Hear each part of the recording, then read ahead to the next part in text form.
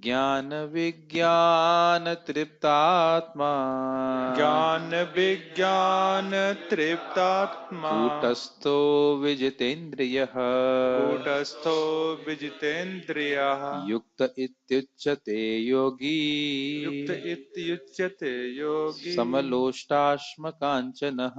समलोष्टाश्मकाञ्चन। देखिए, हम लोग जब पढ़ते हैं, सामान्यतः लोग पढ़ते हैं तो शब्दों के अर्थ पे विचार नहीं करते, और ये साथ में बैठ के पढ़ने का फायदा है कि हम शब्दों को अर्थ को बहुत अच्छे से समझते हुए चलेंगे। ज्ञान अर्थात शास्त्र का ज्ञान, विज्ञान मतलब उस शास्त्र के ज्ञान की अनुभूति। तृप्त आत्मा, जब इस प्रकार की अनुभूति हो गई जिससे वो आत्मा तृप्त हो गई, तो कूटस्थ, कूटस्थ का अर्थ मैं भी भूल रहा हूं, इसको अभी टीका में पढ़ लेंगे। विजितेंद्रिय, कूटस्थ का जहां तक मुझे स्मरण आ रहा है अपरिवर्तनशील, वह उसमें कोई अब विक्षेप नहीं होता, कोई भोगों के विचारों का विकार नहीं आता, ऐसा यही अर्थ है, लेकिन अभी चेक कर लेंगे। विजितेंद्रिय तो समझ रहे हैं जिसने इंद्रिय में विजय प्राप्त कर लिए, ऐसे योगी को युक्त कहा जाता है। और इसका लक्षण क्या है? समलोष्टा शम कांचन, वह सोने को और मिट्टी को एक समान देखता है। इसमें आसक्ति नहीं होती, कोई हर्ष नहीं होता है अगर सोना मिल जाए। जैसे कोई मिट्टी का ढेला पकड़ा देते हो ना, कोई दो मिट्टी के ढेले प्राप्त हो गए। और आप देखते हैं समाज में लोग कितना मतलब सोना पहनते हैं, इसका कोई लॉजिक तो नहीं लगता कि सोना क्यों पहनने की आवश्यकता है, उससे कोई शरीर में मुझे तो आज तक मालूम नहीं चला शरीर में कोई स्वस्थ बढ़ता है क्या सोना पहनने से? खुजली हो जाती है मुझे कुछ लॉजिक समझ में नहीं आता, क्यों सोना पहनते हैं, फायदा होता है? माइक को बताइए, मुझे पता नहीं। जैसा देखते हैं पुराने लोग भी पहनते थे, शायद बल का वो अथी रहता है, क्या बोलते हैं, कुछ बल रहता है। मैंने तो कभी सुना नहीं कि सोना पहनने से कोई शरीर में स्वस्थ, तभी रोटी खाओ अच्छी तो समझ में आ सकता है शरीर आपको स्वस्थ रह सकता है। कहने का अर्थ ये है कि व्यक्ति कभी ये विचार नहीं करता है कि बार बार श्रीमद् भागवत में इसका वर्णन आया, क्या है इस शरीर की गति क्या है। सब जानते हैं कि तो कुत्ता खाएगा या आग में झोंक दिया जाएगा या कीड़े खा जाएंगे, और हम देखते भी किस प्रकार से कोई गाय मरती है या बंदर मरता है, उसको दबा दिया जाता है, और उसको इतना सजाने की क्या आवश्यकता है। और तिलक नहीं लगाते हैं लोग, जो अभक्त हैं वो तिलक नहीं लगाएंगे। एक दिन मैं ऐसे विचार कर रहा था कि हम जो 12 द्वादश स्थान पे तिलक लगाते हैं, कितना बड़ा भाग्य है हमारा।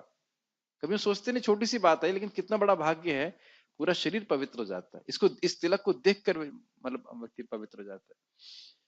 तो ये ना लगाकर व्यक्ति कोई खाली सोना गहना पहने, उससे क्या होने वाला है? उससे तो ना यमराज छोड़ देगा उसको। तो ये शरीर की चेतना अभिनिविष्ट होती है, उस प्रकार से व्यक्ति कार्य करता है। तो इस प्रकार का योगी जो है वो समझता है अपने को शरीर से पूरी तरह भिन्न, तो वह इसमें इससे प्रभावित नहीं होता। यही लिखा है, कूटस्थ प्रभुपाद बोल रहे हैं, आध्यात्मिक रूप से स्थित वह व्यक्ति आत्म साक्षात्कार को प्राप्त तथा योगी कहलाता है, जो अपने अर्जित ज्ञान तथा अनुभूति से पूर्णतः संतुष्ट रहता है। एक आप बात अनुभव कर पा रहे होंगे, संतुष्ट का मतलब क्या होता है, असंतुष्टि का मतलब क्या होता है। व्यक्ति सोचे कि ये प्राप्त नहीं हुआ, ये होना चाहता होता तो मैं सुखी हो जाता, ये अर्थ है कि नहीं?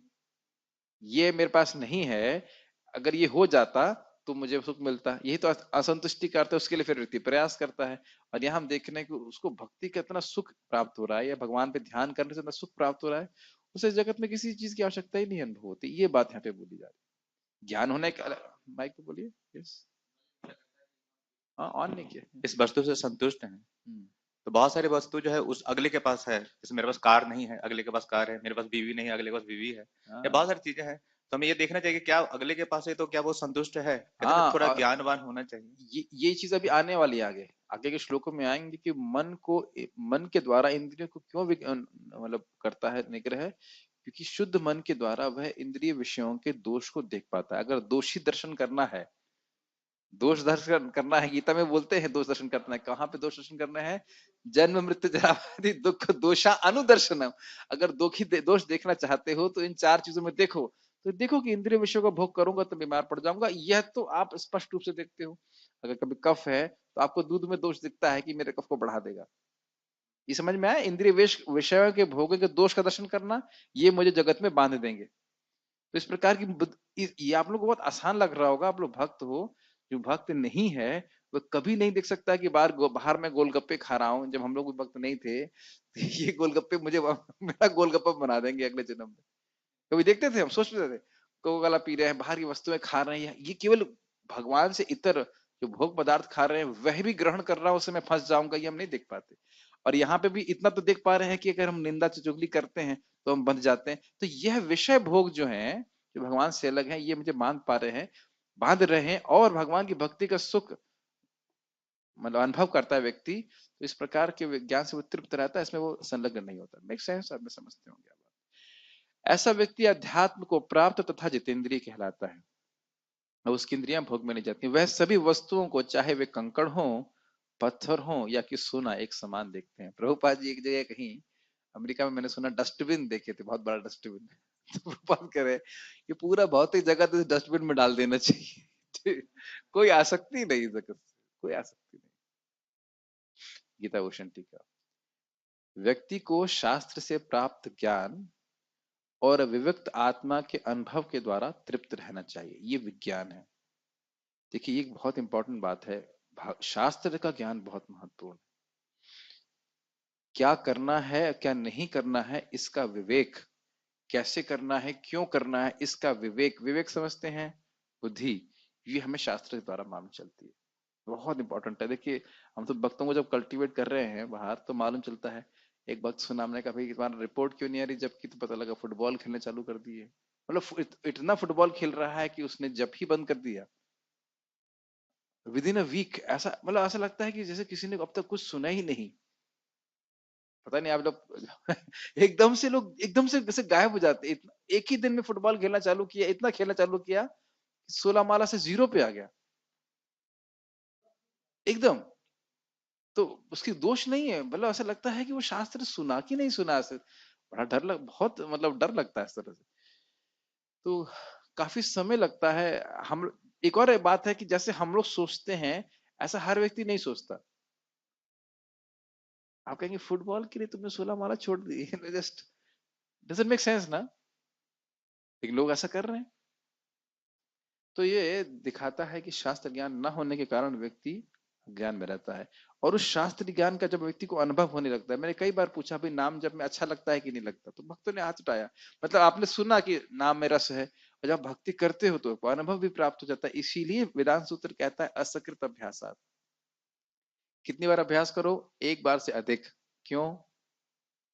क्योंकि भक्ति का अनुभव आपको मृत्यु के बाद प्राप्त होगा ऐसा नहीं है, इसी जीवन में प्राप्त होगा। जब तक प्राप्त नहीं हो रहा किसी करते रहना चाहिए।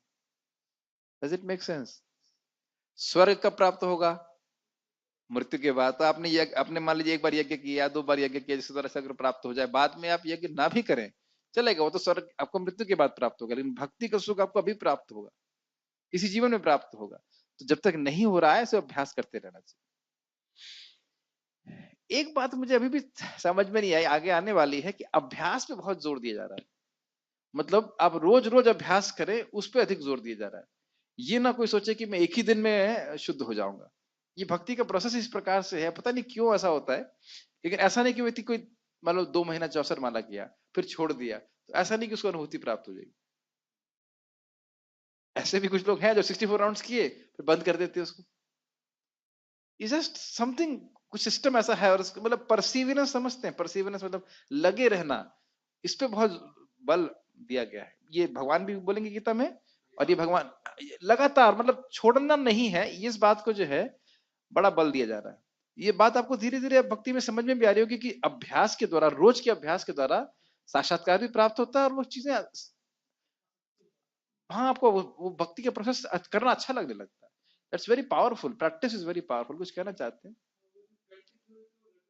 हाँ कह रहे हैं, ये अच्छा पॉइंट बोल रहे हैं, बोलिए माइक पे क्या कहना चाहते हैं। हमारे एग्जैक्ट नहीं है प्रोग्राम, क्या मनोवृत्ति करने समय ये तो नहीं कर सकते।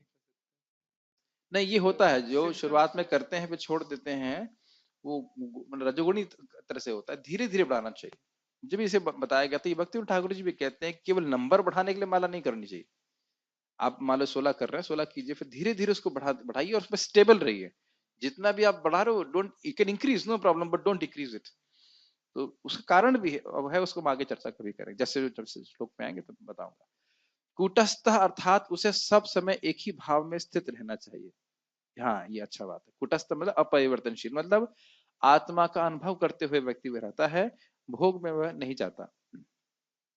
प्रकृति से विविक्त आत्मा निष्ठ प्रकृति से विविक्त आत्मनिष्ठत्वता के द्वारा उसे विजितेंद्रिय होना चाहिए। मतलब प्रकृति से विविक्त, विविक्त का मतलब होता है अलग। आत्मा की निष्ठा, मैं आत्मा हूं और इस प्रकृति से जड़ पदार्थ से अलग हूं, इस श्रद्धा से व्यक्ति अगर युक्त है तो वह इंद्रियों को जीतेगा। ये मेरी हिंदी समझ में आ रही है? ये कठिन हो रहा है? जब तक मैं मानता रहूंगा कि मैं ये शरीर हूं तो इंद्रियों को जीतने का कोई प्रश्न ही नहीं उठता। तो जब उसकी निष्ठा इसमें होगी कि मैं आत्मा हूं, तो फिर इन इंद्रियों को विजय करेगा। जैसे कि आप खाना खाएगा इसलिए नहीं कि बिल्कुल अब आज ये खाऊं, आज ये चटपटा खाऊं, आज वो खाऊं, तो कठिनाई होती है। प्रसाद तो ग्रहण करता ही है, लेकिन यथावत जो भगवान की कृपा से प्राप्त हो जाए। सभी प्राकृत वस्तुओं यथा मृदपिंड, मृदपिंड अर्थात मिट्टी का, मिट्टी का ढेला, और सोने को एक समान ही देखना चाहिए। समझ में आ रहा है? सारी प्राकृत वस्तुएं वस्तुतः एक ही जैसी हैं, मिट्टी और सोने में अंतर नहीं है, आसक्ति नहीं रहती, ये बात बोली जा रही है। ऐसा व्यक्ति जो निष्काम कर्म में भी नियोजित है, वह आत्मदर्शन रूपी योग का अभ्यास करने के लिए योग्य कहा जाता है। तो युक्त का अर्थ है जो भगवान की भक्ति में लगा हुआ है, वह भगवान आत्मा का दर्शन कर पाएगा। तात्पर्य तो इसमें कुछ समझाना है? ये समझ में आ रहा है? स्पष्ट है तात्पर्य? पढ़िए आप में से कोई। Yes bro. विविक्त आत्मा, हाँ। विविक्त आत्मा मतलब जो आत्मा, विविक्त का मतलब अलग। जैसे ये स्पीकर इस रूम से अलग दिखता है कि नहीं? अलग दिख रहा है ना कि ये स्पीकर है, ये अलग ही दिख रहा है। ये माइक आपको अलग दिख रहा है। उसी प्रकार से आत्मा को शरीर से भिन्न दिखने की शक्ति,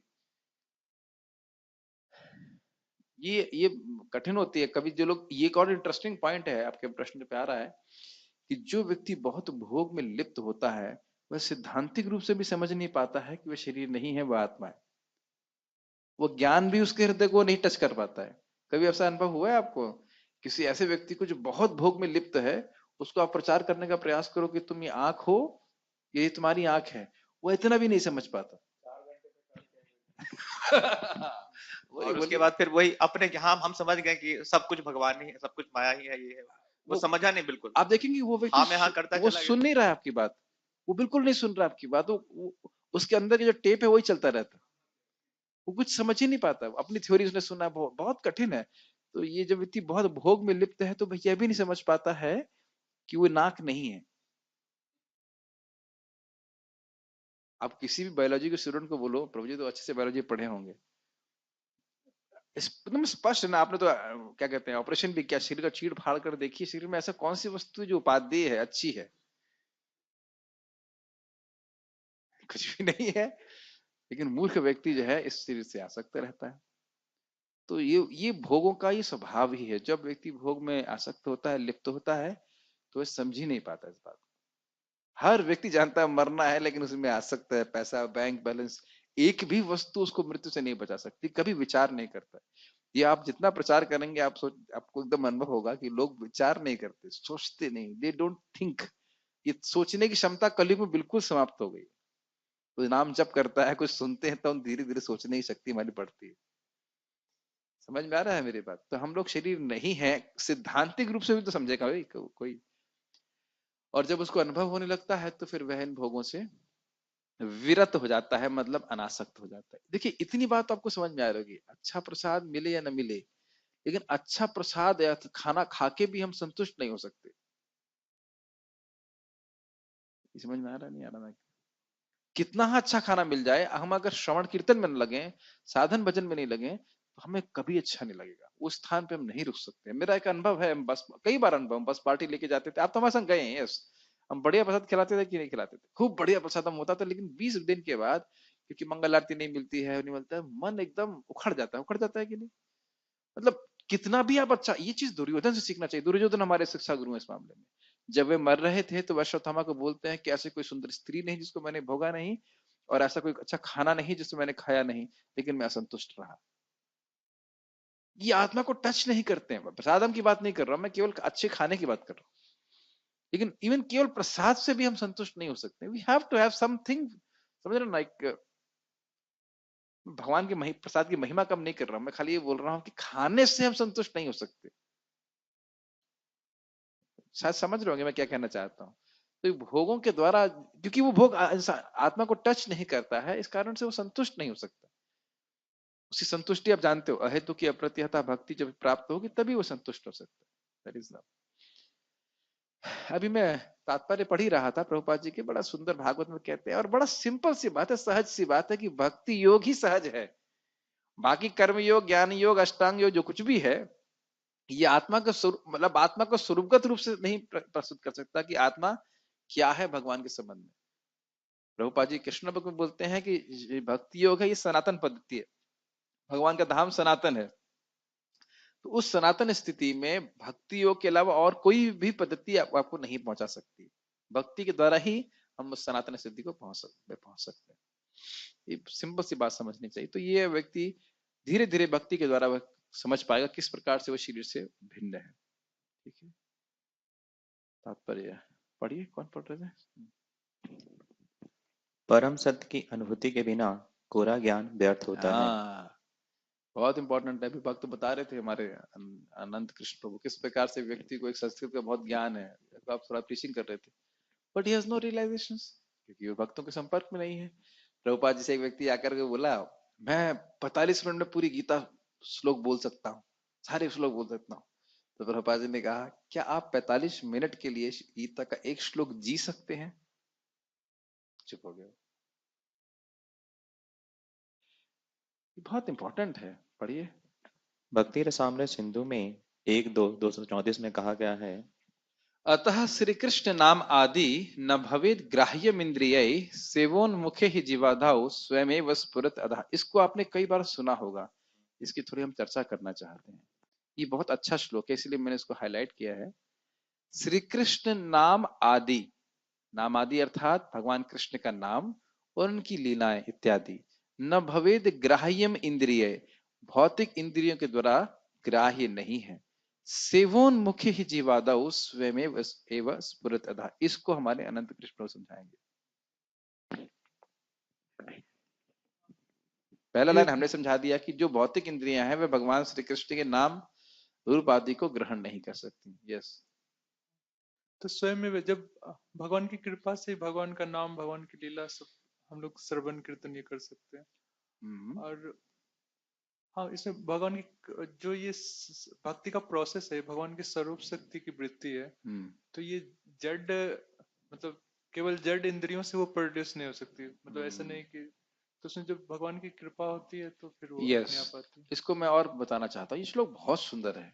देखिए, हम लोग भगवान का नाम ग्रहण नहीं कर सकते, लेकिन जब हम इच्छा करते हैं कि मेरी जीभ पे भगवान का नाम आए, सेवोन्मुक्ता, सेवोन्मुक्ता कर समझ रहे हैं कि मेरी जीभ पे भगवान का नाम आए, तो भगवान अपने नाम के रूप में हमारे जीभ पे प्रकट हो रहे हैं। तो हमें ये नहीं कहना चाहिए कि मैं नाम जप कर रहा हूं, भगवान मेरी जीभ पे आ रहे हैं। क्या ये बात दोनों में अंतर समझ में आ रहा है आपको? भाई मैं कहूँ प्राइम मिनिस्टर को यहाँ बुलाओ, तो मेरी क्षमता तो नहीं है बुलाने की, लेकिन अगर मैं कुछ प्रेमवश नियोजन करूं कि आ जाएं और वो अपनी कृपा से आ जाएं, तो ये होगा कि अपनी कृपा से आ जाए, मेरी शक्ति तो नहीं है मैं उनको पकड़ पाऊं, उदाहरण के लिए। तो भगवान कृपा करके नाम के रूप में हमारे जीव पे आ रहे। डज इट मेक सेंस ना? ऐसे ही भगवान की कृपा से ही श्रीमद् भागवतम इत्यादि। एक और भी अर्थ है कि कितना ग्रहण कर पाएंगे उसका अनुभव हमारे हृदय के शुद्धिकरण पे भी है। उसके नाम रूप इत्यादि की जो रस है, उसका जो क्या कह सकते हैं माधुर्य है, वह हमारे जब जैसे हमारी इंद्रियां शुद्ध होंगी इतना समझ में आएगा। एक और अर्थ भक्त बता रहे थे, अलग अलग अर्थ हैं इस तरह से। एक अर्थ बता रहे थे कि जब व्यक्ति एक प्रामाणिक गुरु की शरण लेता है और भगवान की सेवा में नियोजित होता है, तब उसकी इंद्रियां आध्यात्मिक हो जाती हैं और वह भगवान की सेवा करने के, नाम इत्यादि ग्रहण करने के योग्य बनता है। यह भी अर्थ समीचीन है, क्योंकि हमने पढ़ा था दिशा काले कृष्ण, सॉरी, शिष्य करे आत्मसमर्पण से ही काले कृष्ण करे तारात्म सम। और उसकी इंद्रियां, उसे दिखाई नहीं पड़ेगा, लेकिन इंद्रियां स्पिरिचुअल हो जाती हैं, जिसके द्वारा वह अपने कृष्ण की सेवा करने के योग्य होता है। तो बहुत सारे अर्थ हैं इसके, बहुत सारे अर्थ हैं। कोई भी व्यक्ति अपनी दूषित इंद्रियों के द्वारा, पढ़िए, आप लोग पढ़ रहे थे, यस, आप लोगों ने अनुभव भी किया होगा कि जो अनुभव जप करने का, भगवत गीता इत्यादि पढ़ने का एकदम भक्ति की शुरुआत में होता था, उससे बिल्कुल अलग हमारा अनुभव यहाँ पे अब होने लगा। इसमें मेन बात ये है, और ये बड़ी गंभीर और थोड़ी सी कठोर बात है, कि अनुभव हमारा बढ़ना चाहिए, कम नहीं होना चाहिए। मुझे लग रहा होगा कि ये क्या बात बोल रहे हैं। As with the passage of time हमारा अनुभव, इजंट इट, जैसे जैसे हम दवा खा रहे हैं तो हमारी बीमारी ठीक होनी चाहिए। अगर अनुभव में कहीं कमी आ रही है तो यानी कि हम कहीं कुछ अपराध कर रहे हैं। ये व्यक्ति को, इसे कहते हैं ना, फले ना परिचायते, फल से देख लेना चाहिए कि भाई ये क्या हो रहा है। अगर हमारी ये बातें समझ में आ रही है, भक्ति अपने आप में एक ऐसा प्रोसेस है कि आपके उत्साह को बढ़ाएगा अगर हम अपराध नहीं कर रहे तो। परम पूज्य हलधर महाराज कहते हैं कि अगर हम बिजनेस कर रहे हैं तो बिजनेस बढ़ना चाहिए ना। हाँ, बिजनेस कर रहे हैं तो जो है हमारा वो दिन पर, तभी एक अच्छे व्यापारी को जो सोचना चाहिए कि भाई मैं व्यापार कर रहा हूँ तो उसमें दिन पर दिन बढ़ोतरी होनी चाहिए। कल भी मैं आपको बता रहा था ना हृदय परिवर्तन वाली बात, कि मान शून्यता आनी चाहिए, सहनशीलता आनी चाहिए, भगवान की सेवा हृदय में हर व्यक्ति के भक्त, जो सिंसियर भक्त, तो क्या करे, मेरा तो भजन नहीं हो रहा। अब जितना, बल्कि जितना भक्ति करेंगे, रियली भक्ति करेंगे, उतना लगेगा कि हम तो कुछ नहीं कर रहे। वृंदावन चंद महाराज कितना भागवत जानते हैं, मतलब कितना भागवत पढ़ते हैं, अरे हम तो कुछ नहीं कर रहे। हर भक्त जिसका, मुझे महाराज की बात कभी भूलती नहीं। महाराज परम पूज्य राधा गोविंद महाराज जी से मैंने पूछा, महाराज कुछ लोग कहते हैं प्रीचिंग करना चाहिए, कुछ लोग कहते हैं कि अपने को सुधारना चाहिए, तो कब क्या कितना करना चाहिए। तो महाराज बड़ा अच्छा बोले, बहुत अच्छा बोले, कह रहे हमेशा अपने, महाराज ऐसे बोले, बहुत सुंदर बात करे, ऐसे तो भजन से कभी तृप्ति नहीं होती। इतना सुंदर बात, रियलाइजेशन से बोलने वाला, ऐसे तो भजन से कभी तृप्ति नहीं होती, फिर भी हमको प्रीचिंग करना चाहिए। फिर एक और बात बोले कि ना तो हमें हमेशा अपने बारे में सोचना चाहिए, ना हमेशा दूसरों के बारे में सोचना चाहिए। समझ में आए बात? अपना ही भजन नहीं कर रहे, दूसरे को क्या प्रचार करेंगे, सूख जाएंगे। और ऐसा भी नहीं कि हम खुद ही भजन कर रहे हैं, किसी के बारे में ना सोचे। तो ये बैलेंस लेके चलना चाहिए, भक्त का विवेक होना चाहिए कब उसे क्या करना है। एक भक्त अच्छा बोले, सुबह अपने को बचाओ, दिन में दूसरों को बचाओ। और ये भी एक अच्छा पॉइंट है, जो पॉइंट स्वीकार कर। लेकिन ये बात मुझे महाराज की अनुभूति बहुत अच्छी लगी कि भजन से कभी तृप्ति नहीं होती। अब जितना भागवत पढ़ेंगे उतना और पढ़ने की इच्छा होगी। भागवत प्रेम ऐसा अद्भुत वस्तु है कि ऐसा प्यास का निर्माण करता है कि जितना पानी पिएंगे भक्ति का, उतना और प्यास बढ़ जाती। ये स्थिति, ये तो बड़ी अद्भुत स्थिति है। तो ये इस प्रकार से है। तो वह तो ऐसे ही भक्त प्रचार कर सकता है जिसको भक्ति में सुख मिले। हमारा गुरु महाराज ऐसा बोले, best is a bhajan Anandi who preaches. समझ में आया? सर्वश्रेष्ठ वो व्यक्ति है जिसको भजन में सुख मिल रहा है और वो प्रीचिंग कर रहा है, क्योंकि happy devotee is the best preacher. जो भक्ति में सुखी है वो सबसे अच्छा प्रचार कर सकता है।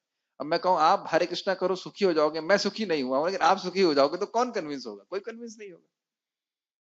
हर व्यक्ति जब प्रचार करता है, जैसे मेरे को थोड़ा खुजली का प्रॉब्लम हुआ, तो प्रभु जी ने पूछा, प्रभु जी आपने कहाँ से दवा ली? मैंने कहा वहां से दवा ली, मेरे को बहुत फायदा हुआ। बस वही बहुत बड़ा प्रचार हो जाता है। Does it make sense? आप कन्विंस हो गए थे ना, हमको फायदा हुआ तो मेरे को भी फायदा होगा। तो ये है, और तभी मैं बोल पाया क्योंकि मैंने उसको एटलीस्ट कुछ समय के लिए ग्रहण किया था। तो ये बहुत आवश्यक है कि क्या कहते हैं, we don't become show bottle devotee. Show bottle समझते हैं? दवा है लेकिन उसमें, सॉरी बोतल है लेकिन दवा नहीं है, खाली पानी भरा हुआ है। हम स्वयं भी भक्ति करें और फिर स्वाभाविक स्वाभाविक आप प्रचार करोगे, इतना अच्छे अनुभव प्राप्त होंगे कि व्यक्ति करना ही चाहेगा। हाँ, एक और इंटरेस्टिंग बात है, यहाँ पे हम एक बात ध्यान नहीं दे पाए। जिह्वादौ, आदौ जिह्वा, सेवा शुरू होती है जीभ से, भगवान का प्रसाद ग्रहण करने से और भगवान का नाम उच्चारण करने से। कई बार आपका अनुभव होगा, आप कुछ बोल रहे हैं और सामने वाला समझ नहीं पाता, तो हम क्या बोलते हैं, हरे कृष्णा करो तुम समझ जाओगे। तो बोलते हैं कि नहीं बोलते? आपको भी कई बार बोला गया होगा कि आपको सब पर भी समझ में नहीं आ रहा, ठीक है हरे कृष्णा करो तुम समझ जाओगे। तो ये क्यों बोला जाता है? अगर कोई बात समझ में नहीं आ रही है सिद्धांत की, तो क्यों बोला जाता है हरे कृष्णा करो समझ में आ जाएगा? महाप्रभु भी कहते हैं कि जब नाम करते हैं तो हमारे हृदय का मार्जन होता है। यस। और जब हृदय का मार्जन होता है वो समझ पाएगा। अभी जो है वो उसकी आच्छादित इंद्रियां हैं तो वो समझ नहीं पा रहा है। समझ में आ रहा है? ये केवल भौतिक बुद्धि की बात नहीं है। It is nothing to do. मेरा एक सिंपल सा एक अनुभव है, मुझे बड़ी हंसी भी आती है इस पे। मैं भक्ति वृक्ष की एक इंट्रोडक्टरी क्लास कर रहा था, इसमें खाली हम ये बता रहे थे कि इंसान और जानवर में क्या अंतर है। और उस कक्षा में एक कॉलेज का प्रिंसिपल बैठा हुआ था, जो शायद पीएचडी किया हुआ था। फिर मैंने प्रवचन के बाद उनसे पूछा, भाई साहब आपको समझ में आया कि इंसान और जानवर में क्या अंतर है? नहीं नहीं, हमसे मत पूछो, हमसे मत पूछो, हमसे मत पूछो। इतनी एक छोटी सी बात भी व्यक्ति नहीं समझ पा रहा है, इतना वो नर्वस हो गए, ये पूछ के रहा है कि इंसान जानवर में क्या अंतर है। तो ये दिखाता है कि भौतिक जो विद्या है वो व्यक्ति को जड़ कर देती है, वो सूक्ष्म बातों को समझ नहीं पाते। किस प्रकार से, आपको पता होगा गीता में हम आगे पढ़ेंगे किस प्रकार से आत्मा शरीर को में भोग रहा है, फिर आत्मा शरीर को त्याग रहा है, वो दूसरे शरीर ग्रहण कर रहा है। पश्यन अपी न पश्यति, देखने के बाद भी वह नहीं देख पाते, है कि नहीं। तो ये सब चीजें बहुत महत्वपूर्ण है। और एक और बात भक्त बता रहे थे इस संबंध में कि बड़ा ध्यान दें कि हमारी जीभ से बाहर क्या निकल रहा है और मुंह के अंदर क्या जा रहा है। जीभ जो है वह सेवा के द्वारा नियोजित होती है, कंट्रोल्ड होती है। जीभ आप सब जानते हैं, जीभ कंट्रोल नहीं हुई तो कोई इंद्रिय कंट्रोल नहीं होगी। तो ये सब बातें हैं महत्वपूर्ण, पढ़िएगा आगे। कोई भी व्यक्ति अपनी दूषित इंद्रियों के एक चीज द्वारा, और बताना भूल गया, क्षमा कीजिएगा। ये परम पूज्य जयपता का महाराज बता रहे थे कि ये बता रहे थे ब्रह्मा जी एक बार जब अपनी पुत्री के प्रति आकर्षित हो गए थे तो उन्हें अपना शरीर त्याग दिया था। तो कह रहे हमें भी अपना शरीर त्यागना है, लेकिन अगर हम भगवान का प्रसाद ही खाएंगे केवल तो 7 साल में हमारा पूरा शरीर परिवर्तित हो जाएगा। वो कह रहे थे you will only have prasadam sales. मुझे याद है तब यहाँ पे तब महाराज का स्वास्थ्य ठीक था, वो बहुत बड़ा बम्पर ले गए थे, तो महाराज बड़ा नंदा बड़ा बम्पर, महाराज बात जोक में बोल रहे थे बात, लेकिन बहुत बहुत गंभीर बोल रहे थे। अगर आप 7 साल तक केवल प्रसाद खाएं तो आप देखेंगे कि भक्ति करना बड़ा आसान होने लगता है। केवल प्रसाद और कुछ भी नहीं, इसको हल्का नहीं लेना चाहिए प्रसाद को। तो ये हमारे सारी इंद्रियों को शुद्ध करता हुआ चला जाएगा। ये बात मैंने आप लोग कभी बताई नहीं है, इस बात मैंने अभी रिसेंटली पढ़ी थी। आप जानते हो हमारे 5 कोश होते हैं, अन्नमय कोश, प्राणमय कोश, मनोमय कोश, विज्ञानमय कोश, आनंदमय कोश। भगवान का प्रसाद, भक्ति के प्रोसेस के द्वारा ये सब कुछ शुद्ध हो जाता है, और जितनी मात्रा में शुद्ध होता चला जाएगा उतना ही हम लोग आध्यात्मिक अनुभव कर पाएंगे। समझ रहे हैं बात, पढ़िएगा। कोई भी व्यक्ति अपनी दूषित इंद्रियों के द्वारा श्री कृष्ण के नाम, रूप, गुण तथा उनकी लीलाओं की दिव्य प्रकृति को नहीं समझ सकता। भगवान की दिव्य सेवा से पूरित होने पर ही कोई उनके दिव्य नाम, रूप, गुण तथा लीलाओं को समझ सकता है। यह भागवत गीता कृष्ण भावनामृत का विज्ञान है। मात्र संसारी विद्वता से कोई कृष्ण भावना भावित नहीं हो सकता। उसे विशुद्ध चेतना वाले का सानिध्य प्राप्त होने का सौभाग्य मिलना चाहिए। फिर से रिपीट करूंगा, सार्वभौम भट्टाचार्य कितने बड़े शास्त्रज्ञ थे, हम तो कल्पना नहीं कर सकते। और उनके घर में साक्षात भगवान है, ये हम सोच नहीं सकते। चैतन्य महाप्रभु साक्षात हैं। और गोपीनाथ पटनायक कहते हैं तुम पर भगवान की कृपा नहीं है, सार्वभौम भट्टाचार्य जी को। सार्वभौम भट्टाचार्य कहते हैं अच्छा इसका क्या प्रमाण है कि आप पर भगवान की कृपा है। तो कहते हैं देखिए, भगवान साक्षात आपके घर पे हैं, फिर भी आप नहीं समझ पा रहे हो कि वे भगवान है। तो ये एक अद्भुत भगवान की शक्ति है कि जिसके पास भक्ति है उसी को वो रिवील करते हैं, अन्यथा अन्य किसी व्यक्ति को है रिवील मतलब प्रकट नहीं करते अपने। तो ये एक भक्त का सानिध्य प्राप्त होना चाहिए। एक और बात आप लोग जानते हो, प्राचीन वर्षत वाला उदाहरण कितना सुंदर है ना। प्राचीन वर्षत जब नारद जी से मिले तो उससे पहले वो क्या करते थे, खूब कर्म कांड करते थे, खूब सारे उन्हें पशुओं का वध कराया। इतना मैंने उसमें लिखा है ना कि पूरे घास से पूरी पृथ्वी जो है ढक दी। और कितनी वो उस पूरे प्रसंग से मुझे एक बहुत अच्छी बात सीखने को मिलती है, जो प्राचीन परिषद का है कि आप मुझे दिव्य ज्ञान दे रहे हैं, इससे पहले जितने भी ब्राह्मण आए उन्होंने क्यों नहीं दिया।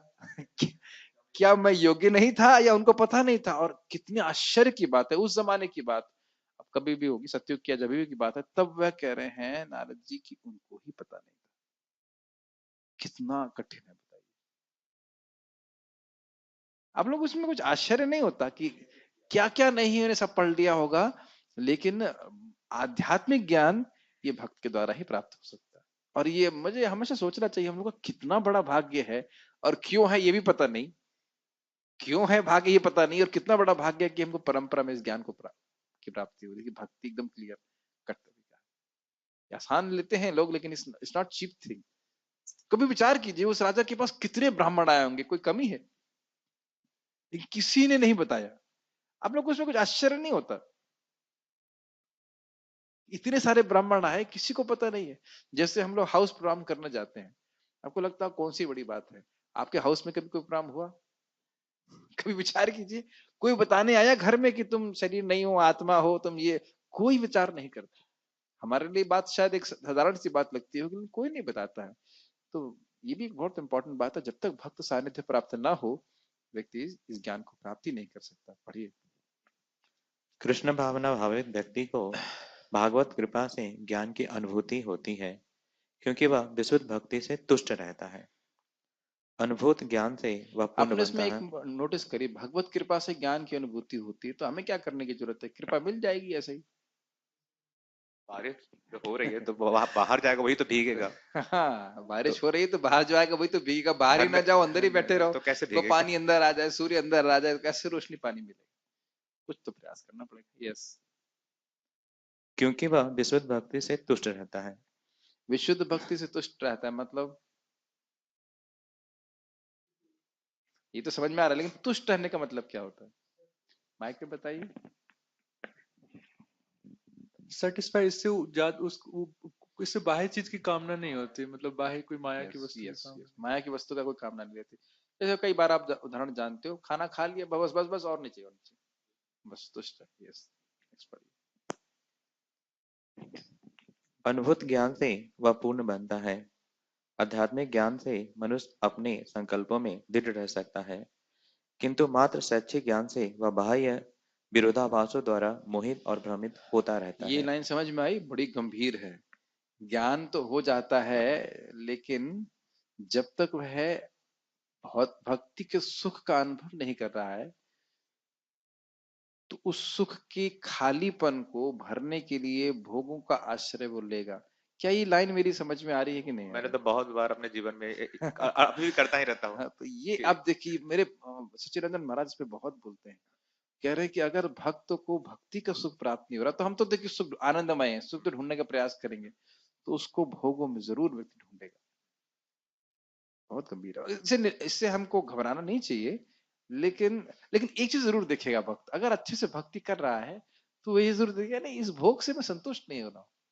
हाँ, ये भगवान ज्ञान दे देते ये आपको बिल्कुल, ये बहुत अच्छी चीज है भक्ति की। ये तो एकदम रियलाइजेशन है कि इस कुछ भी वस्तु, कोई भी भोग है उसमें कर रहा है, उसको संतुष्ट, it may give some sensation of some happiness, but मैं संतुष्ट नहीं हो रहा। आप लोग सब अनुभव करते होंगे, जैसे भागवत पढ़ते हैं, जप करते हैं, भगवान का दर्शन करते हैं, एक अलग सुख होता है ना। भगवान की सेवा करते हैं, किसी दिन सेवा ना कर पाओ तो लगता है यार हमने कुछ सेवा नहीं किया, कुछ अलग सा अनुभव होता है। या कोई मंगल आरती नहीं पहुंच पाया, अरे आज मैं लेट हो गया, तो यह दिख रहा है कि पॉजिटिव सुख हमको भी प्राप्त हो रहा है। तो उस वजह से उसके द्वारा, यानी कि हमने सुन लिया कि हम आत्मा है, लेकिन आत्मा के अनुसार जब व्यक्ति कार्य करता है तब उसको अनुभूति प्राप्त।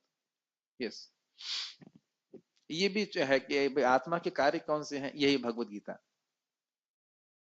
भगवत गीता का चर्चा, हरि नाम जप, संकीर्तन, भगवान का दर्शन, भगवान की सेवा, ये सब आत्मा के कार्य हैं।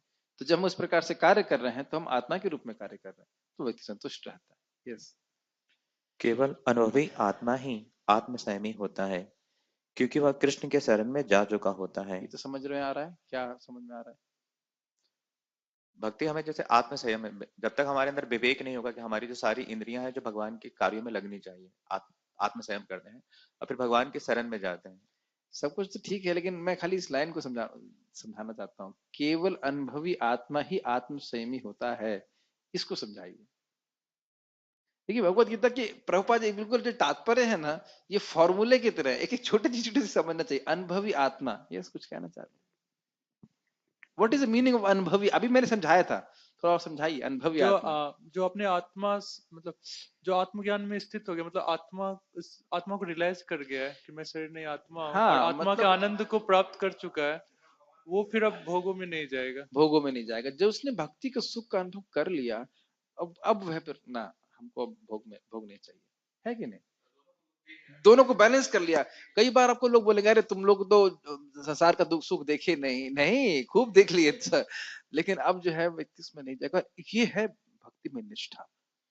नहीं, हम कुछ भी हो जाए भक्ति में हम नहीं छोड़ेंगे। हमने देखा भी है कि कई भक्त जो गृहस्थी का सुख देख के आए हैं और मतलब दुख देख के आए हैं, और वो जब भक्ति में आए तो बहुत अच्छी भक्ति बहुत कर रहे हैं, अच्छे बहुत, करते क्योंकि हैं, उनको अनुभव है अनुभव हो जाता है कि वो दुख बहुत कितना। खतरनाक है। Yes. एक चीज मैं देख रहा था, भक्त संग में रहने से बहुत फायदा होता है। हर भक्त आपसे कुछ ना कुछ अधिक अच्छा कर रहा होता है कि नहीं? तो आपको लगता नहीं यार मैं भी ऐसे करूं, है कि नहीं? तो कम से कम अच्छी चीज की इच्छा कर रहे हो। कोई मान लो शास्त्र बहुत पढ़ रहा है, कोई जप बहुत अधिक कर रहा है, कोई सेवा अधिक कर रहा है, तो हम लोग ये सोचेंगे ना, अरे देखो कितना कर रहा है, हम तो कुछ नहीं कर रहे। तो कम से कम हमारी सेवा किस प्रिया रहेगी। और अगर भोगियों के संग रहेंगे तो कहेंगे देखो उसके पास कार है, उसके पास उसका स्त्री है, ये जो है, तो मेरे पास भी होना चाहिए। ये चीज हम सब में होती है। इसीलिए कभी ना सोचें कि हम लोगों का संग करेंगे और हम प्रभावित नहीं होंगे। ये बात कभी मत सोचिएगा। ये मत सोचिएगा कभी कि मैं लोगों का संग करूंगा और मैं प्रभावित नहीं होऊंगा। आप देख लेना अपने से, बहुत डेंजरस है। इसलिए बहुत सतर्क रहना चाहिए। हम लोगों को संग तो दें लेकिन उनका संग ले नहीं। Very careful about. पढ़िएगा। वह दिव्य होता है क्योंकि उसे संसारी विद्वता से कुछ लेना देना नहीं रहता। उसके ये लिए एक इंटरेस्टिंग बात है ना। ये आप लोग जानते हैं ना रूप गोस्वामी जी का उदाहरण। वो एक कौन आया था, वो दिग्विजय पंडित आया और बोला कि भाई अब लिख के दो। और रूप गोस्वामी निकाल लिखा, लिख है, ले लो भाई ले जाओ तुम। कोई उनको उसमें कोई रुचि नहीं है, क्या होने वाला है ना। इस कभी इस पे विचार नहीं करते ना कि इस प्रकार की विद्वता, इस प्रकार की प्रसिद्धि से क्या प्राप्त हो जाएगा। बार बार हृदय में इस प्रिया आनी चाहिए, भगवान आपके चरणों में प्रेम मिल जाए। तो प्रेम के द्वारा जब प्रेम प्राप्त हो जाएगा तभी मैं भक्ति में सुखी हो सकता हूँ। ये भीख मांगना चाहिए। और वह ये कोई गलत नहीं मांग रही, तो हमारी स्वरूप स्थिति है कि नहीं, मांगना चाहिए। पढ़ लीजिए। उसके लिए संसारी विद्वता तथा मनोधर्म जो अन्नों के लिए स्वर्ण के समान उत्तम होते हैं, कंकरों या पत्थरों से अधिक नहीं हाँ, होते। प्रभुपाद जी की काव्यात्मक शैली कितनी सुंदर है। आप देख रहे हैं प्रभुपाद जी यहाँ पे सोना और कंकड़ को क्या से कंपेयर कर रहे हैं कि जो दुनिया में बहुत विद्वता प्रस्तुत कर रहे हैं। तो मैंने ध्यान नहीं दिया था, बहुत अच्छी बात वो बोल रहे हैं कि जो बहुत बड़ी, मतलब इस जगत में कुछ भी जो महान बोला जा रहा है, कोई स्पृहा भक्तों को इस प्रकार से नहीं होती। कितनी सुंदर स्थिति है, कितनी हृदय की ठंडक वाली स्थिति है। नहीं तो हमेशा ये जो भौतिक वासनाएं हैं ये हृदय को जलाती रहती हैं। कोई इस संबंध में कुछ कहना चाहते हैं?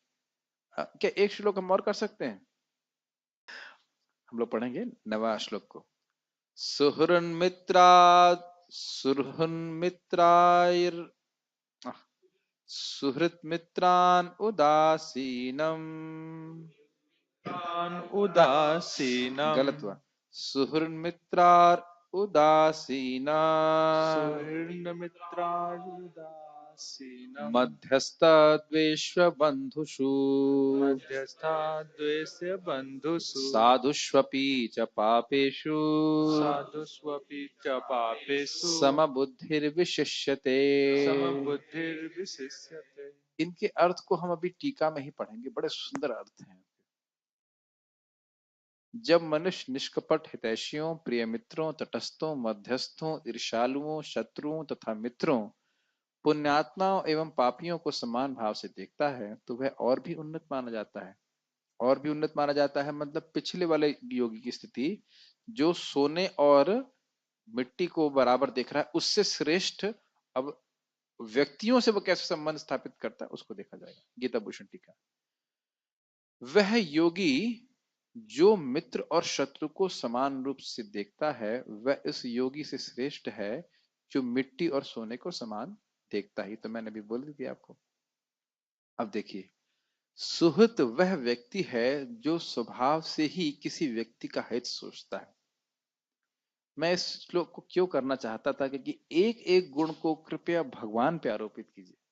आरोपित करने का अर्थ है भगवान पे विचार कीजिए। क्या भगवान कभी भी किसी का बुरा चाहते हैं? कभी भी नहीं। ये विचार अपने को, और स्पेशली भक्तों का हित, वो तो हित बहुत चाहते हैं। अब हमको समझ में नहीं आता है, लेकिन कभी कभी दुख आता है, कभी सुख आता है, लेकिन विचार करना चाहिए कि भगवान हमारे सच्चे सुहृद हैं और वो हमारा अच्छा जानते हैं, अच्छा करना चाहते हैं और अच्छा कर सकते हैं। तीन बात बहुत अच्छी बात है। एक एक गुण को आप भगवान के ऊपर रखिएगा। वैसे तो ये यहाँ पे इस कंटेक्स्ट में तो है कि सबको बराबर देखता है, लेकिन ऐसे लोग होते हैं। मित्र वह व्यक्ति है जो स्नेह के कारण उस व्यक्ति के लिए, के हित के लिए कुछ करता है। आप देखेंगे ऐसा लगेगा सुहृत मित्र एक ही हैं, लेकिन अर्थ थोड़े थोड़े अलग हैं। सुहृत मतलब उसका स्वभाव ही है, ऐसा नहीं कि वह कुछ किसी कारण से हित सोचता है, उसका स्वभाव ही है कि वह हित के बल सोचता है। और दूसरा मित्र का क्या बात है, वह स्नेह के कारण हित के लिए सोचता है। यह भी भगवान पे आरोपित कर सकते हैं। भगवान आरोपित नहीं, भगवान का गुण है। अरि वह है जो निर्मित्रता के कारण किसी का अनर्थ इच्छुक हो। अनर्थ इच्छुक हो मतलब बुरा हो जाए, अरे मर जाए वो, जल जाए, खत्म हो जाए, ऐसे करके, क्योंकि वो निर्मित्र है, इसलिए वो शत्रु है। उदासीन वह है जो विवादमान पक्षों के प्रति अनपेक्ष रहता है, मतलब दो लोगों के बीच झगड़ा हो रहा है, उन्हें कोई मतलब नहीं। मध्यस्थ वह है जो विवाद का अपहार करना चाहता है, अर्थात समाप्त करना चाहता है। समझते मध्यस्थ? उसे महाराष्ट्र में बोलते हैं मांडवली करना, मांडवाली बोलते ना, मांडवाली कर देना, मतलब झगड़ा हो रहा है, सो सुलझा देना। द्वेष वह है जिससे द्वेष करना चाहिए, क्योंकि वह दूसरों का अपकार करना चाहता है। अपकार मतलब हानि करना चाहता है, उसको अच्छा नहीं मानना चाहता। बंधु वह है जो संबंध के कारण हित इच्छुक है। पहले था स्नेह के कारण मित्र, और यहां बंधु है संबंध के कारण, दोनों में थोड़ा थोड़ा अंतर है। साधु वह व्यक्ति है जो धार्मिक है, और अधार्मिक व्यक्ति को पापी कहते हैं। तो इस प्रकार से, इस परपट प्रभुपाद ने नहीं दिया मेरे ख्याल में, तो इस प्रकार से ये जो है इन सब में वो सम बुद्धि रखता है।